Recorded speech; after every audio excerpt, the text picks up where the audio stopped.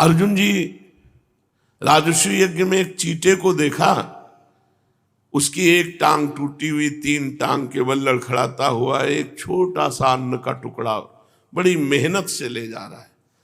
तो अर्जुन जी देखकर भगवान से कहा कि देखो श्री कृष्ण, क्या इस जीव को कभी सुख मिलेगा जो एक अन्न का मुंह में टुकड़ा बड़ी मेहनत से 3 टांग केवल, चींटे की टांग वैसे ही बहुत हल्की होती है और एक टूट गई थी, 3 से घसीट रहा था, इसे कभी सुख मिलेगा? तो भगवान ने कहा अर्जुन तुम्हें पता है ये 14 बार इंद्र बन चुका है, 14 बार इंद्र बन चुका है ये जो चींटा है। अब आप सोचो इंद्र बनने के बाद ये क्या यहाँ के पदों की महिमा, क्या यहाँ के भोगों की महिमा। कोई कभी भोगपति बनता है, कभी खाकपति बनता है। यहाँ की इच्छा करना, हे भगवान मेरा ये काम बन जाए, आग लगे काम में। भगवान तुम हमारे चिंतन से न जाओ, बस इतनी बात।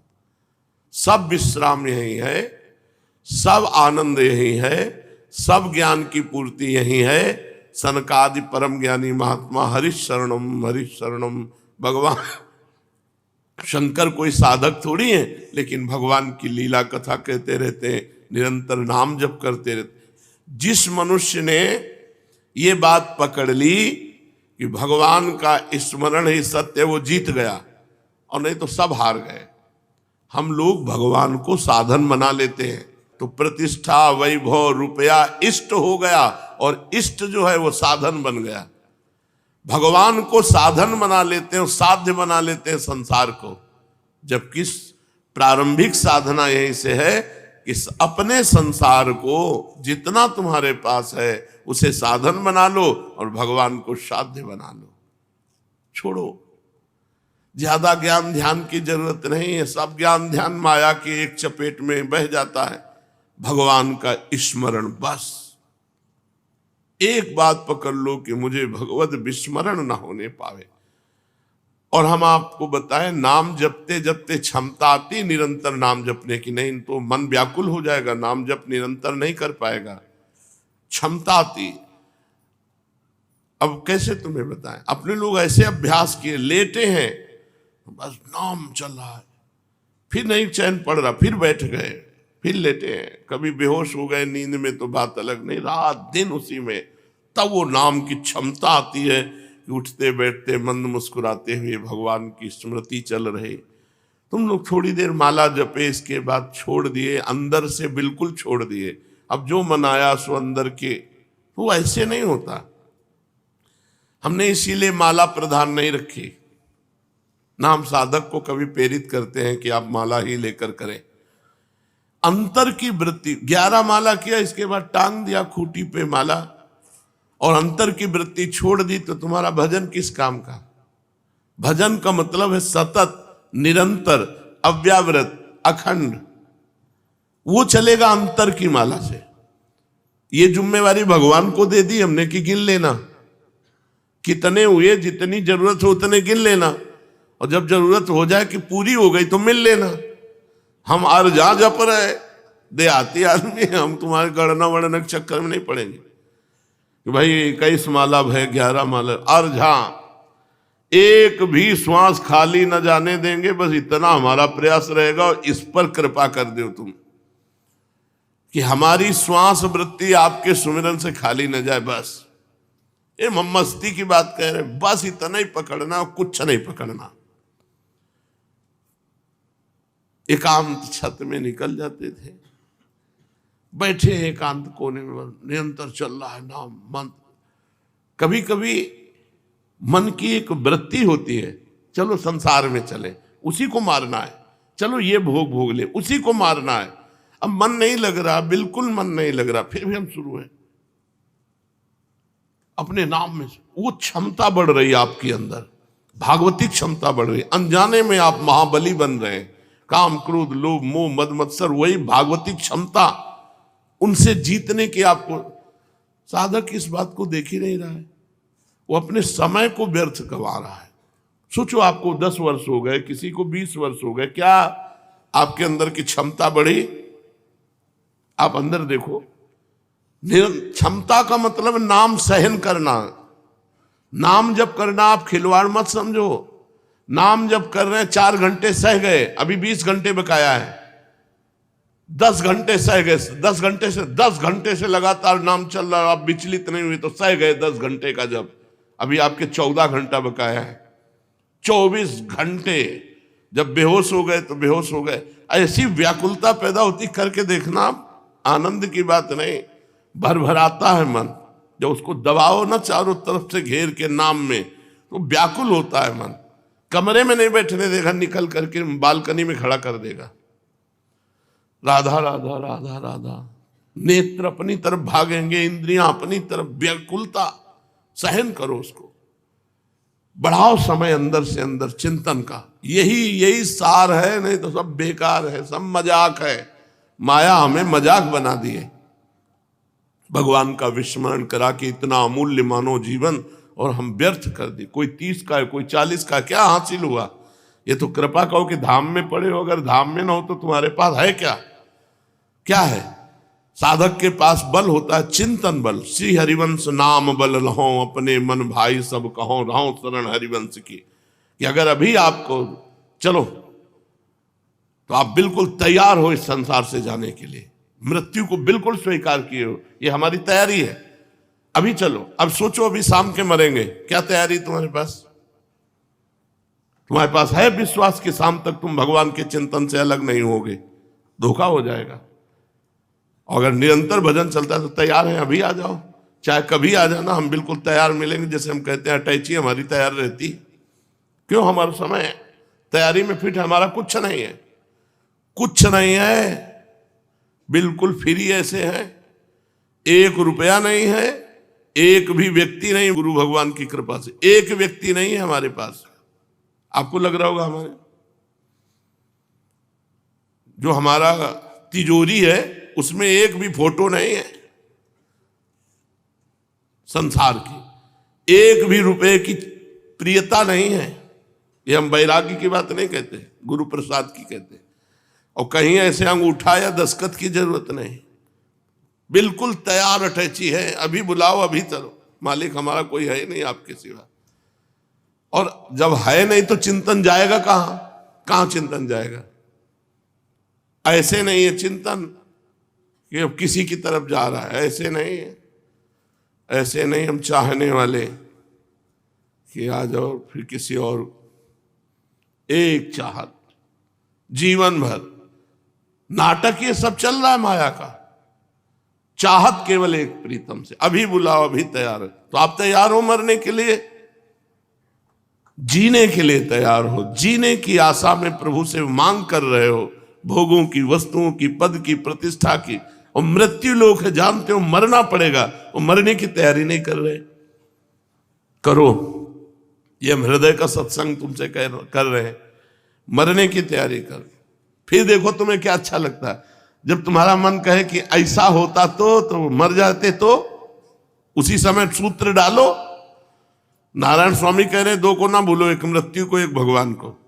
जब मन कहे अगर ऐसा खाने को होता, अगर खाने के पहले मर गए तो राधा राधा राधा राधा राधा। धोखे का जमाना है ये सब, बिल्कुल दो, हमें भरोसा नहीं प्रवचन के बाद पानी पी पाएंगे कि नहीं, कोई भरोसा नहीं। मृत्यु लोग, भयावह लोग, केवल भगवान का स्मरण। तो अपनी चिंता छोड़ो, अपनों की चिंता छोड़ो, केवल भगवान की चिंता करो। सार बात तुम्हें बता रहे, कुछ नहीं करना। भगवान को न फूल चाहिए, न फल चाहिए, न इत्र चाहिए, न सोना चांदी चाहिए। खाने हैं सोने चांदी की, सोने की खाने हैं, चांदी की खाने। अरे 4 लाख योजन का एक पहाड़ केवल सोने का है। उन भगवान को किलो 2 किलो, मन 2 मन, कुंतल 2 कुंतल सोना से रिझा लोगे? जिन्होंने सोने की खान पैदा कर दी, चांदी की खान पैदा कर दी, जिन्होंने वस्तुएं, उनको केवल आप चाहिए, आप। और हम अपने को देने को तैयार नहीं, हम अपने को दे चुके माया में, और भगवान को देना चाहते हैं मायापति को माया। ये तो हम अपने भाव प्रस्तुत करते हैं प्रभु के सामने कि ये इत्र है, ये भोग है, तो वो भाव वाली वस्तु स्वीकार कर लेते हैं। देखो कल एकांतिक में बताया था, करोड़ों अरबों की व्यवस्था की थी दुर्योधन ने। ऐसे सुंदर व्यवस्थाएं भगवान के लिए कि देखकर द्वारिकाधीश मोहित हो जाएंगे। भगवान ने आंख उठा के नहीं देखा, और जब कहा भोजन के लिए तो उन्होंने कहा भूख में या प्रीति में, दो में भोजन होता है। मेरे अंदर भूख नहीं, तेरे अंदर प्रीति नहीं, इसलिए हमारा भोजन हो ही नहीं सकता। तेरे अंदर प्रीति नहीं, मेरे अंदर भूख नहीं। वहां से कह के सीधे विदुरानी के पास जाते हो, कहते भूख लगी है, कुछ लाओ ना। वो बावरी है, उनको तो कुछ सुध नहीं है, तो केला की तरफ भगवान इशारा करते हो, केला लाती, गूदा फेंक देती है। भगवान प्रेम मगन होकर छिलका पा रहे हैं। अब विचार करो, छिलका पा करके प्रेम मगन हो रहे हैं भगवान। भगवान को वस्तु चाहिए, पत्रम पुष्पम फलम तोयम, एक चुल्लू जल में प्रसन्न हो जाने वाले भगवान हैं।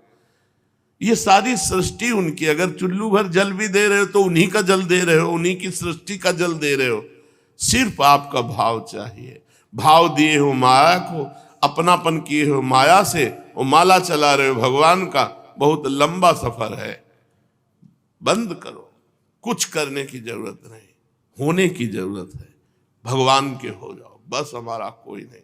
ये कोई बिरला ही कर पाएगा। कह तो रहे बिल्कुल सरल भाषा में, ये सब शास्त्रों का सार कह रहे हैं आपको। भगवान का होके भगवान का भजन करो। बिगड़ी जन्म अनेक की, अब ही सुधरे आज। कौन सी साधना हो जाएगी अभी? आज अभी जीवन मुक्त हो गए। कैसे? वही राम को। कोई हमारा नहीं, हम किसी के नहीं, हम केवल श्री भगवान के। और जितनी श्वासें बची नाम जप कर रहे हैं, कोई गंदे आचरण नहीं करेंगे, बस मुक्त हो गए, जीवन मुक्त हो गए। चलते हैं श्रीमद् भागवत महापुराण।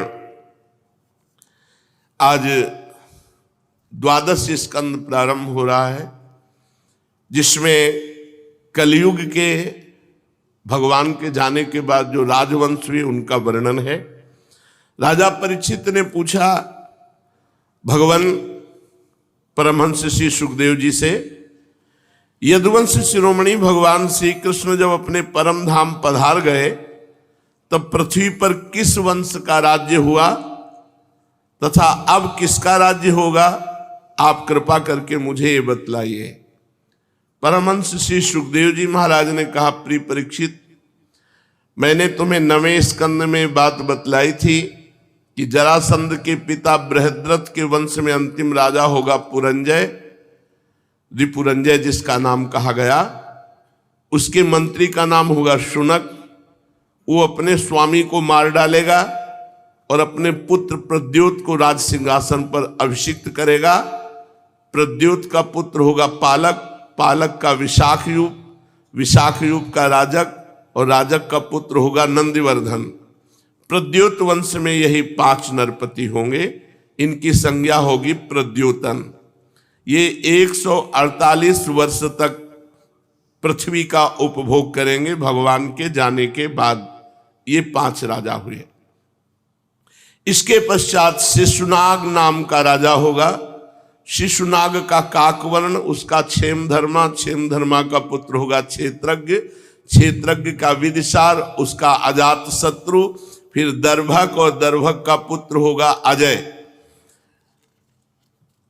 अजय से नंदिवर्धन और उससे महानंदी का जन्म होगा। शिशुनाग वंश में 10 राजा होंगे। ये सब मिलकर कलयुग में 360 वर्ष तक पृथ्वी का राज्य करेंगे। 5 राजा 148 वर्ष तक, और ये 10 राजा 360 वर्ष तक। प्रिय परीक्षित, पे महानंदी की शूद्रा पत्नी के गर्भ से नंद नामक पुत्र होगा। वो बड़ा बलवान होगा। महानंदी महापद्म नामक निधि का अधिपति होगा, इसलिए उसे महापद्म भी कहेंगे। वह क्षत्रिय राजाओं के विनाश का कारण बनेगा। तभी से राजा लोग प्रायः अधार्मिक हो जाएंगे। महापद्म पृथ्वी का एक क्षत्र शासक होगा। उसके शासन का उल्लंघन कोई भी नहीं कर सकेगा। क्षत्रियों के विनाश में हेतु होने की दृष्टि से उसे दूसरा परशुराम ही समझना चाहिए। उसके सुमाल्य आदि 8 पुत्र होंगे। वे सभी राजा होंगे और 100 वर्ष तक इस पृथ्वी का उपभोग करेंगे। कौटिल्य, वात्स्यायन तथा चाणक्य के नाम से प्रसिद्ध एक ब्राह्मण विश्वविख्यात नंद और उनके सुमाल्य आदि 8 पुत्रों का नाश कर डालेगा।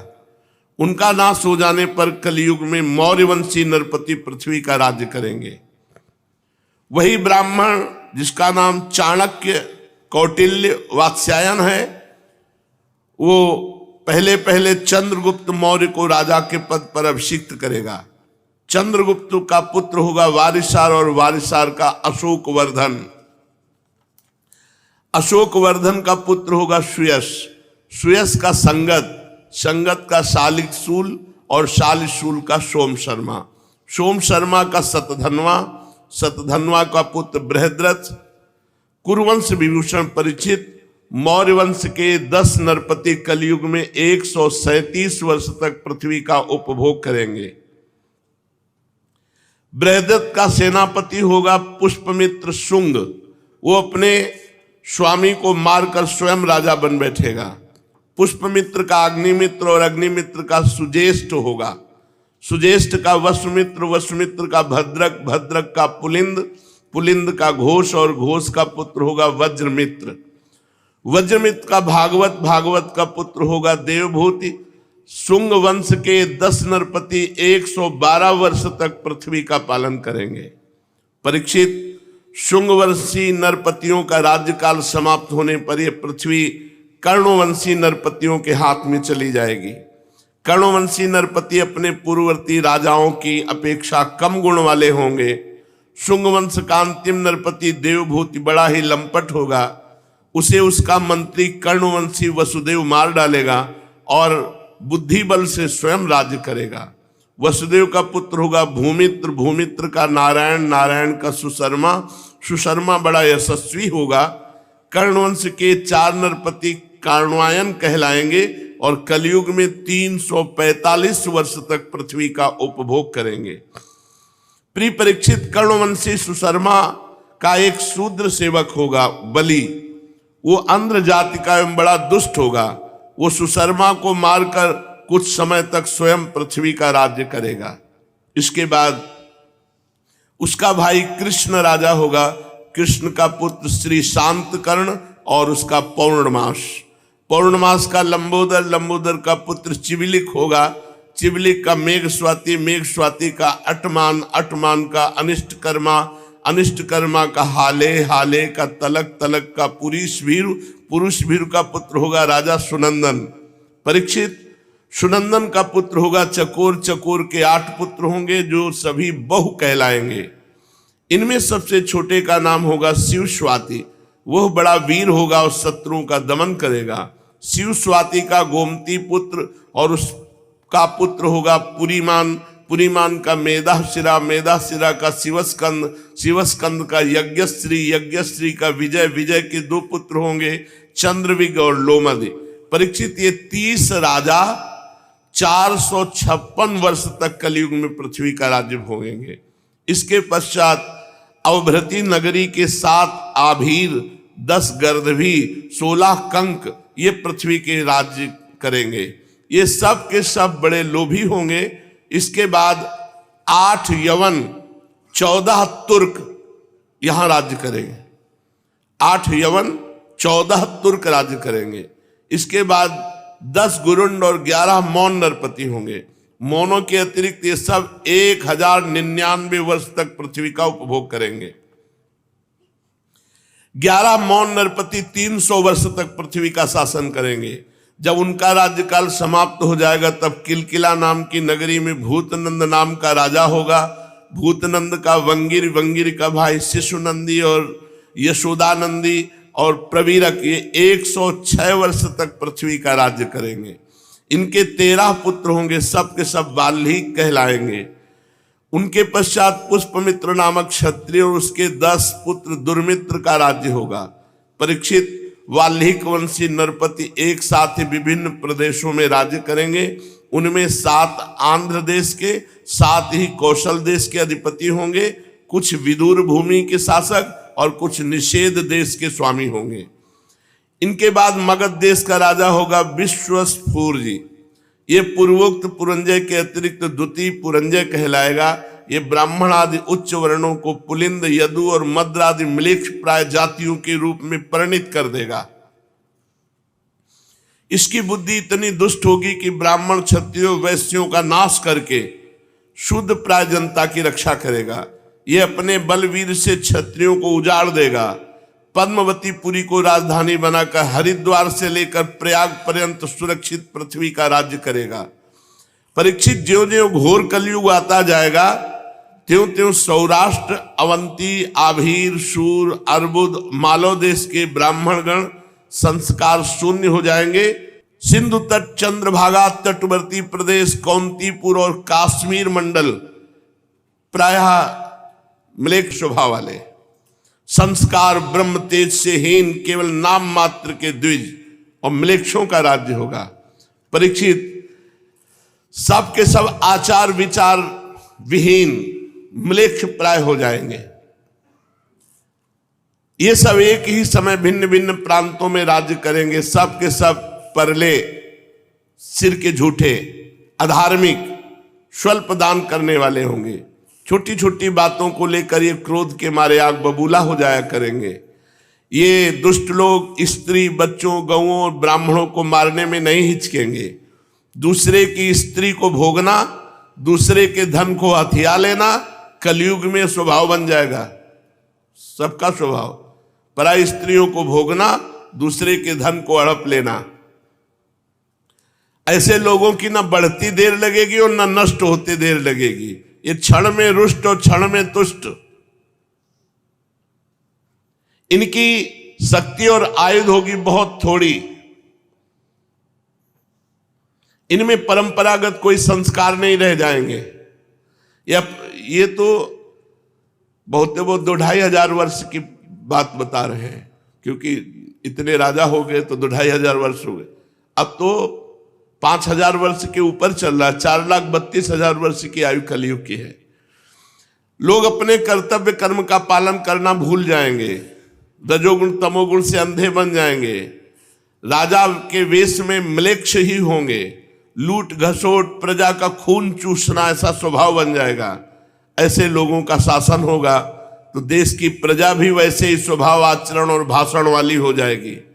राजा लोग तो उनका शोषण करेंगे, प्रजा आपस में एक दूसरे को उत्पीड़ित करेंगे और अंततः सब नाशवान, नष्ट। फिर वही आ गया, ये सब लिखा पड़ी है, सब मर गए, मिटिया मेट हो गए, कहीं कोई नहीं। श्री सुखदेव जी कहते, परीक्षित, समय बड़ा बलवान है। ज्यों ज्यों घोर कलयुग आता जाएगा त्यों त्यों उत्तरोत्तर धर्म, सत्य, पवित्रता, क्षमा, दया, आयु, बल और स्मरण शक्ति का लोप होता जाएगा। कलयुग में जिसके पास धन होगा उसी को महान माना जाएगा। लोग उसी को बड़ा आदमी मानेंगे, कुलीन, सदाचारी, सद्गुणी मानेंगे। वही बड़ा माना जाएगा जिसके पास धन है, जिसके पास पावर है। बिल्कुल, जिसके हाथ में शक्ति होगी वही धर्म और न्याय की व्यवस्था देखेगा, चाहे वो घोर पापी क्यों न हो। जो लिखा है वो देख ले, हो रहा है। दाम्पत्य भी रुचिर हेतुर मायैव व्यवहारिके। पहले लड़की की कुंडली देखो, लड़का की कुंडली देखो, गुण मिलाओ, सब। कलयुग में नहीं चलेगा। विवाह संबंध के लिए कुल, सील, गुण की परख निरख नहीं होगी। युवक युवती पसंद कर लिए, बस हो गया। पसंद आए तो ठीक है, नहीं दूसरा कर लीजिएगा। ये कितना गंदा व्यवहार। युवक युवती पारस्परिक रुचि से ही विवाह होगा, गुण से, कुंडली से, जाति से, कुल से, इससे कोई मतलब नहीं रह जाएगा। व्यवहार में कौन निपुण माना जाएगा? जो जितना झूठ और बेईमानी कर ले, जितना गंदा व्यवहार कर ले, उतने व्यवहार में निपुण माना जाए। वाले बड़े प्रवीण हैं, लाखों की जो चपत लगा दे दूसरे की, वही प्रवीण माना जाएगा कलयुग में। किसी के जीवन में सच्चाई और ईमानदारी नहीं रहेगी। युग धर्म का प्रभाव। जो जितना छली कपटी होगा उतना ही प्रवीण माना जाएगा। जितना छल कर ले, कपट कर ले, उतने व्यवहार कुशल माना जाएगा। स्त्री पुरुष की श्रेष्ठता उसके गुण संयम से नहीं, उसके चरित्र से नहीं, उसकी दुष्टता से होगी। जितना दुष्ट स्वभाव, जितना नीच, जितना वो उतना ही महान। कलयुग में कोई ब्राह्मणत्व से युक्त नहीं रहेगा। कलयुग का प्रभाव अभी तो भगवान की कृपा से है, क्योंकि अभी 5 वर्ष 4,32,000, पहले 32,000 तो पार हुए। न यज्ञ उपवीत, न त्रिकाल संध्या, कोई मतलब नहीं है, कोई मतलब नहीं। ब्राह्मणत्व से कोई मतलब नहीं रह गया है। त्रिकाल संध्या, गायत्री जप, नियम संयम, कोई मनमानी आचरण। अब तो यज्ञोपवीत भले ब्याह के समय डाल लेते हो तो डाल लेते हो, नहीं तो ब्याह क्या होता है? जब girlfriend boyfriend live in relation, तो पंडित की जरूरत क्या है? ब्याह की जरूरत क्या है? दंड कमंडल से सन्यासी की पहचान, और एक दूसरे के चिन्ह स्वीकार कर लो, कोई किसी को बोलने वाला नहीं। जब मनावे जिस आश्रम में प्रवेश हो जाओ, मनावे सन्यासी, सन्यासी से मनावे गृहस्थ, गृहस्थ से मनावे सन्यासी, कोई रोक नहीं टोक, कौन रोक टोक रहा है? बड़ा विचित्र। जो जितना घूस देने में समर्थ होगा उतना ही वो बड़ा आदमी माना जाएगा। लिखा हुआ है भाई, शास्त्र जो कह रहा वही हो रहा है। आप देख लो, वही हो रहा है जो शास्त्र में लिखा है। जो घूस देने में असमर्थ होगा, धन देने में असमर्थ होगा, वही सबसे बड़ा दोषी माना जाएगा। घूस नहीं दे सकता, धन नहीं दे सकता, असमर्थ है तो दोषी है, वही दोषी है। और बहुत बड़ा दोष किए, घूस दे रहा है, धन है, वो दोषी नहीं माना जाएगा। बड़े लोग हैं। सत्य न्याय नहीं मिल पाएगा, पैसे के बल का न्याय होगा। ये कलयुग का प्रभाव है। अब जैसे एक वकील साहब आए, उन्होंने कहा कि हम जानते हैं कि आदमी गलत है, लेकिन हमें वकालत करना ही होगा, हमने पढ़ा इसीलिए, तो हम उसको जिताएंगे। भाई ऐसा तो नहीं होना चाहिए। क्यों जिताओगे? जब जानते हो गलत है तो क्यों जिताओगे? बोले हमारे को पढ़ाया इसीलिए जाता है, पैसा। तो अगर तुम्हारी बहन के साथ कोई बलात्कार किए हो और जानते हो, तुम उसका मुकदमा लेकर के उसे जिता सकते हो? चुप हो गए हो? जिता सकते हो, जानते हो गलत है, अब जिताओ। नहीं जिताओगे, क्यों? क्योंकि मेरी बहन है। अगर किसी और की बहन है तो आप जिता सकते हो। फिर आपकी पढ़ाई लिखाई धूल है। किस काम की पढ़ाई लिखाई? पढ़ाई लिखाई तो इसी बात की वकालत की थी कि दुष्टों को दंड दिलाया जाए और निर्दोषों को मुक्त कराया जाए। हमारे समाज की व्यवस्था तभी। पर कलयुग का प्रभाव, रुपए के आगे ज्ञान विज्ञान काम नहीं करेगा। जहां वो अटैची गई 10 लाख की, तो सब ज्ञान विज्ञान और प्रवचन एक तरफ हो जाएगा और 10 लाख दिखाई देंगे। और जो बोलचाल में जितना बाचाल होगा उसी को पंडित कहा जाएगा। पंडित सोई जो गाल बजावा, जितना प्रवीण हो बोलने में उतना ही वो विद्वान माना जाएगा। असाधुता या दोषी किसे माना जाएगा? जो गरीब होगा। गरीब होगा। गरीब होना एक बहुत बड़ी असाधुता, दोषी की पहचान मानी जाएगी। विवाह के लिए शास्त्र इनकी जरूरत नहीं पड़ेगी, एक दूसरे की स्वीकृति ही पर्याप्त है। स्वीकृति मात्र से पर्याप्त है। शास्त्र विधि विधान संस्कार की कोई आवश्यकता न समझी जाएगी। स्नान की जरूरत नहीं पड़ेगी। बस बाल काढ़ लिए, मुंह में चिकनाहट लगा लिए, कपड़े पर लत्ते से लैस हो गए, यही समझा जाएगा स्नान। ऐसा हो भी रहा है। लोग दूर के तालाब को तीर्थ मानेंगे और निकट के गंगा आदि तीर्थों को तीर्थ नहीं मानेंगे। दूर के तालाब को तीर्थ मानेंगे, नजदीक के गंगा आदि तीर्थों को तीर्थ नहीं मानेंगे। माता पिता की उपेक्षा करेंगे, माता पिता का अपमान करेंगे, वही हो रहा है। सिर पर काकुल, बाल खाना ही सुंदरता मानी जाएगी। शरीर के सौंदर्य का चिन्ह होगा बाल। जीवन में सबसे बड़ा पुरुषार्थ होगा इन प्रकार पेट भर ले, बस यही पुरुषार्थ होगा। जो जितनी ढिठाई से बात कर सके उतना ही वो सच्चा माना जाएगा। योग्यता चतुराई सबसे बड़ा लक्षण होगा। मनुष्य अपने कुटुंब का पालन कर ले वही प्रवीण माना जाएगा, चाहे धर्म से चाहे अधर्म से। अगर कोई दान पुण्य भी करेगा तो अपने यश के लिए करेगा, खूब नाम हो जाए, इतना दिया, यहां गए, इतना किया, छपाया यूट्यूब में, ऐसे सारी पृथ्वी में दुष्टों का बोलबाला हो जाएगा। राजा का कोई नियम नहीं रहेगा। नीच स्वभाव के अत्यंत निर्दयी क्रूर राजा होंगे। लोभी इतने होंगे कि उनमें और लुटेरों में कोई अंतर नहीं माना जाएगा। प्रजा की पूंजी छीनना, दूसरे की पत्नियों को हड़प लेना, ये सब कलयुग में। प्रजा पहाड़ों और जंगलों में भाग जाएगी, किसी तरह बीज गुठली फल फूल खा करके अपना पोषण करेगी। कलयुग में कभी वर्षा नहीं होगी, सूखा पड़ जाएगा, तो कभी कर पर कर राजा के द्वारा लगाया जाएगा, कभी इतनी वर्षा होगी कि अन्न ही नहीं हो पाएगा, कभी कड़ाके की सर्दी पड़ेगी, पाला पड़ेगा, कभी आंधी चलेगी, कभी गर्मी पड़ेगी, कभी बाढ़ आ जाएगी। कलयुग में प्रायः ऐसे ही से प्रजा पीड़ित रहेगी। लोग आगे चलकर ऐसी परिस्थिति आएगी कि भूख मिटाने के लिए भोजन नहीं मिलेगा, प्यास के लिए पानी नहीं मिलेगा। आज जैसे लिखा है 4 वर्णों की मर्यादा नहीं रह जाएगी, तो नहीं रह गई। जैसे लिखा है ब्याह के लिए पंडित या शास्त्र की आज्ञा की जरूरत नहीं, मनोनीत, मन में हमने चयन कर लिया, वो हो गया। भूख प्यास के लिए लोग तड़पेंगे, मरेंगे आगे जब समय। इसीलिए कर ले अभी भजन कर ले। कलयुग है और आगे आएगा तो देख लेना।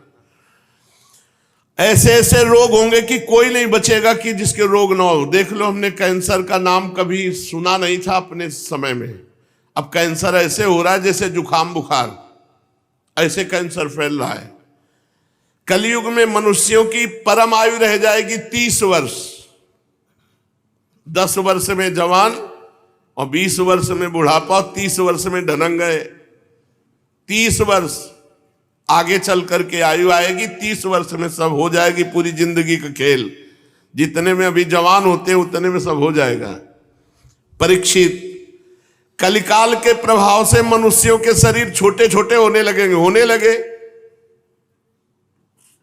साइज कम होता जा रहा है, देखो कहां साइज बढ़ रहा है।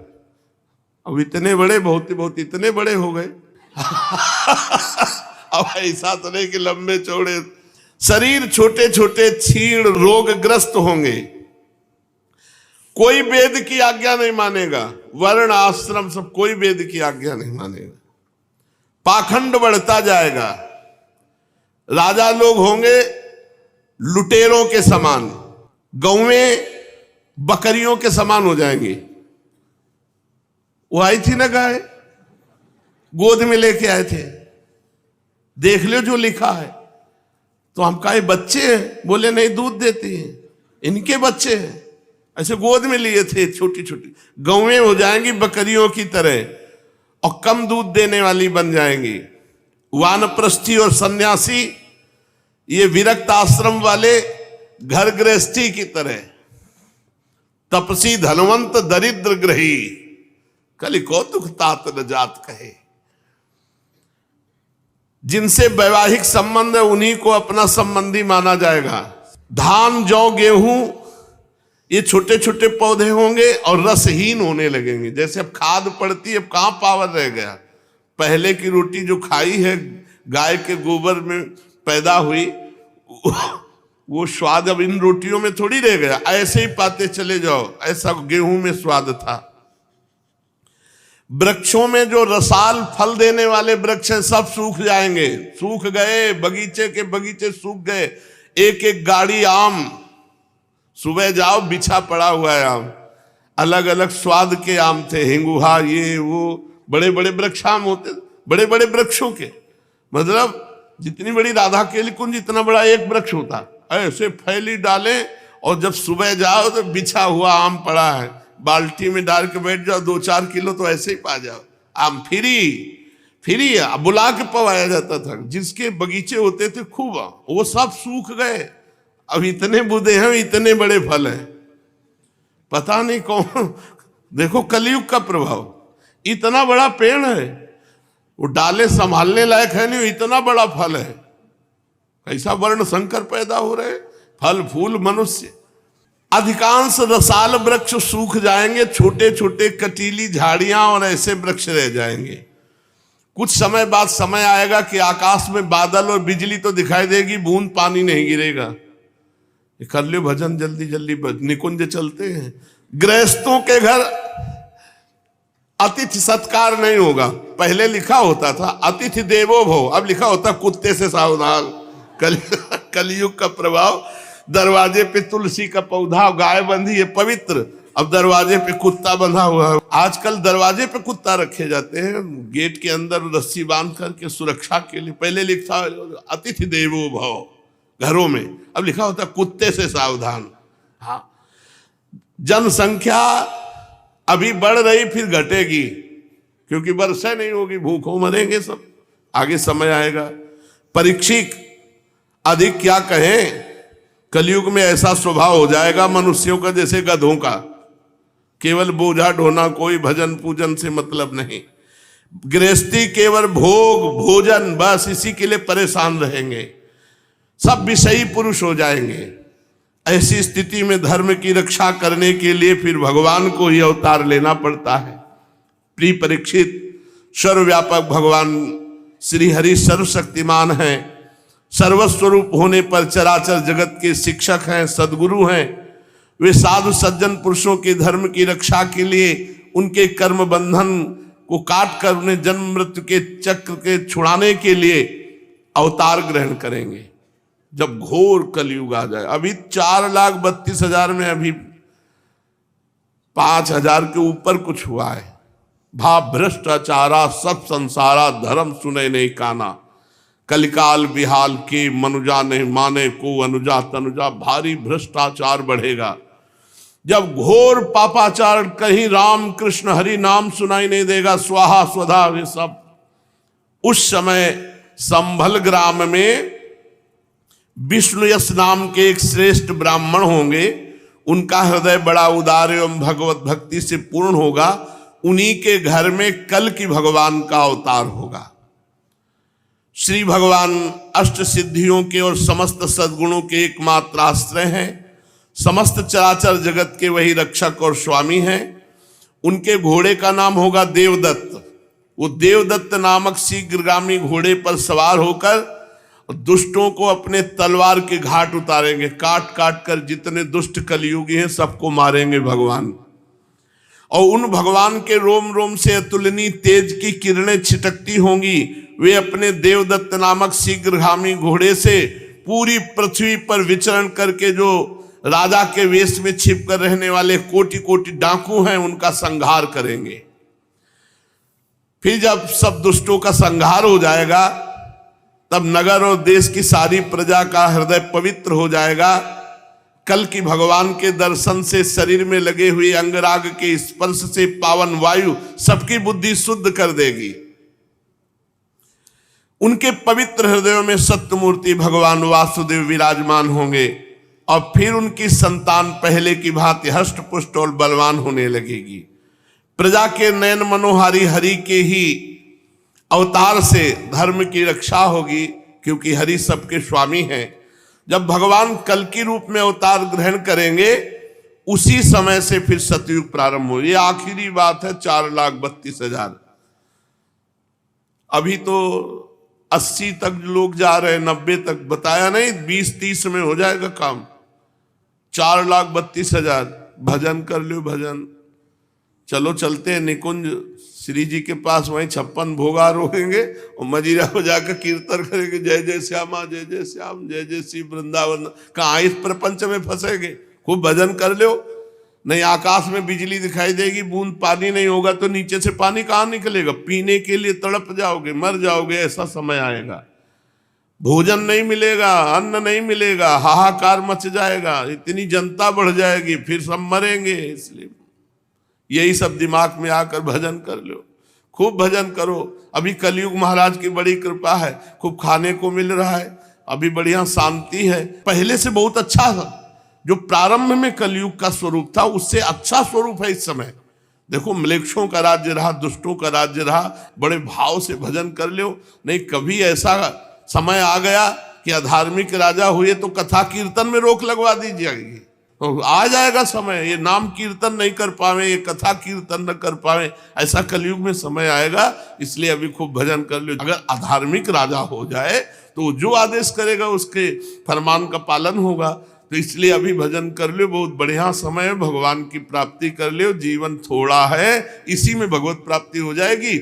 हर श्वास राधा राधा जपो, आखिरी श्वास राधा तो राधा की प्राप्ति हो जाएगी। शेष चर्चा आगे। श्री राधा वल्लभ लाल।